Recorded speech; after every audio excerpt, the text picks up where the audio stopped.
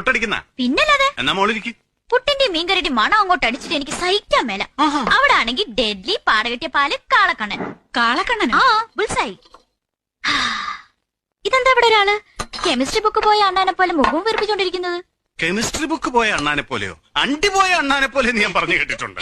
അത് സണ്ണിച്ചായ നമ്മുടെ പുന്നാരമോൻ കൈവിട്ടു പോയോന്നൊരു സംശയം. അതെന്നാ മോളെ പോയോയ്ക്ക് ഇത്രോ നീട്ടം? എന്ത് പറ്റി? ഇന്ന് രാവിലെ പുതിയതായിട്ട് ഡീസന്റ് ആവാൻ തുടങ്ങിയില്ലേ, അതുവരെ ഒരു കുഴപ്പമുണ്ടായിരുന്നില്ല.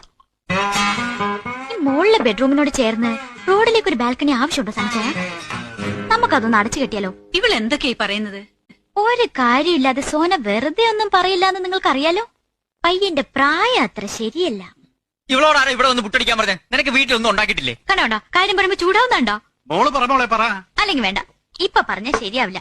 ഏതുവരെ പോകുന്നത് നമുക്ക് നോക്കാം, എന്നിട്ട് ഞാൻ ഡീറ്റെയിൽ ആയിട്ട് പിന്നെ പറയാം. മോനെ കഴിച്ചിട്ട് പോടാ. എനിക്കൊന്നും വേണ്ട, ഇവളോട് കഴിച്ചാൽ ശരിയാവില്ല.